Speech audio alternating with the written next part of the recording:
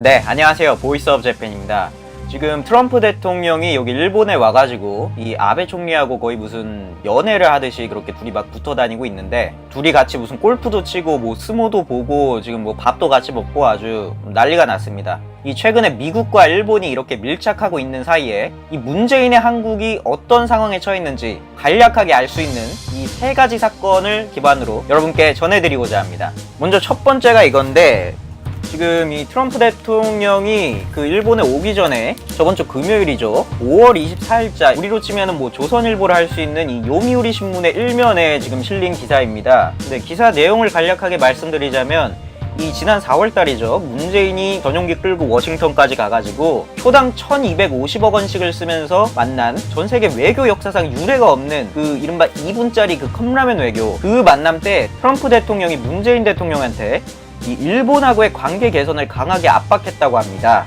지금 문재인 정부가 출범한 이후에 이 계속해서 이 반일 노선을 펼치면서 그 말도 안 되는 대법원의 그 강제징용 배상 판결, 그리고 위안부 재단 해산, 전 정권에서 그거 다 만들어놨는데 그거 자기가 지금 다 뒤집어 엎고 있죠. 그 다음에 이 해상에서 그 일본 자위대하고 우리나라 해군하고 한판 붙은 거 등등 해가지고 지금 일본하고의 관계가 완전히 말이 아닙니다. 거기에 대해서 트럼프 대통령이 4월달에 문재인을 만났을 때 이제 그만 싸우고 일본하고 관계 개선해라, 그렇게 요구를 했다고 합니다. 그러니까 문재인 정권이 자기들 정권 지지율을 올리려고 반일이라는 그 민족 감정을 이용해가지고 한미일 3국 간의 연대와 협력을 지금 망쳐놓고 있었는데, 미국이 거기에 대해서 브레이크를 건 겁니다. 지금 요미우리 신문에도 트럼프 대통령이 자세하게 어떤 사건에 대해서 콕 집어서 언급했다 그렇게는 안 나오지만, 아마도 제 생각에는 일본이 지금 가장 심각하게 받아들이고 있는 대법원의 징용공 소송 문제, 거기에 대해서 일본 측이 얼마 전에 그 제3국을 포함한 중재위원회를 설치하자 그렇게 한국 측에 제안을 했는데, 아마 그 요구를 이제 그 받아들이라 이제 그런 압력이 되지 않았을까 한번 생각해 봅니다. 요새 일본 언론에서 보도가 나오는 걸 보면은 그 강제징용 관련해서 한국 측의 어떤 책임 있는 태도 변화가 없으면은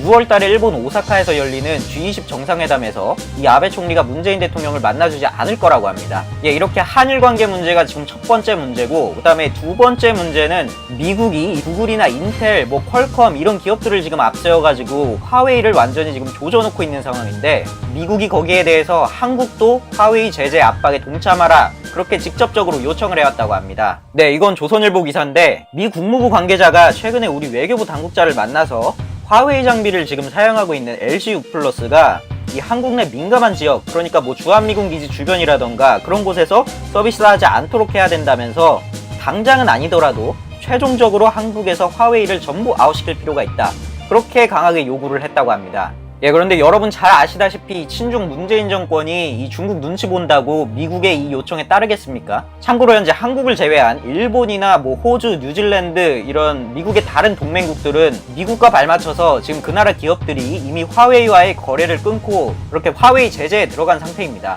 그리고 마지막 이 세 번째 남중국해 문제와 관련해가지고 한국도 미국의 입장을 지지해달라, 그렇게 또 한국에 요청을 했다고 합니다. 네, 현재 중국은 그 남중국해 해역의 약 90%가 다 자기들 거라고 지금 주장을 하고 있는데, 그 남중국해 주변에 있는 그 뭐 필리핀, 베트남 이런 동남아시아 국가들이 힘이 없으니까 이 미국이 그 대리인격으로 지금 나서가지고 그런 말도 안 되는 주장을 무력화시키기 위해서 남중국해에서 미국 군함이 거기에 계속 이 드나드는 이른바 항행의 자유 작전을 지금 실시하고 있습니다. 물론 호주나 일본 자위대 같은 이 한국을 제외한 미국의 다른 동맹들은 지금 거기에 동참해가지고 같이 항행의 자유 활동을 하고 있는 상태입니다.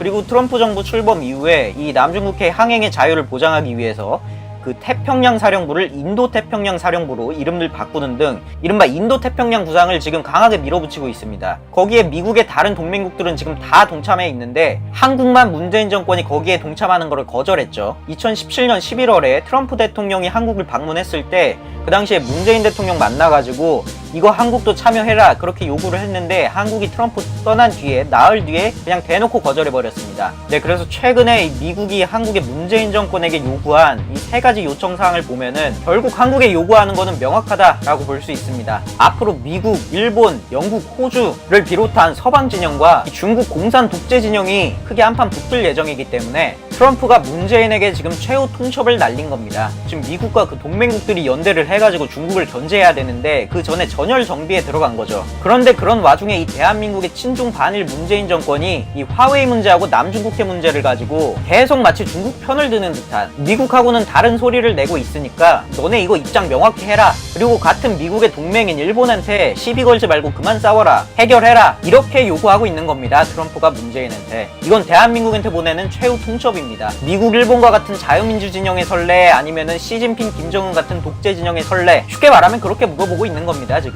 자, 이제 이런 상황에서 문재인 정권이 앞으로 어떤 선택을 할지, 그 선택에 따라서 이 문재인 정권의 운명과 그리고 앞으로 대한민국의 미래가 갈릴 거라고 저는 봅니다. 지금까지 보이스 오브 재팬이었습니다. 감사합니다.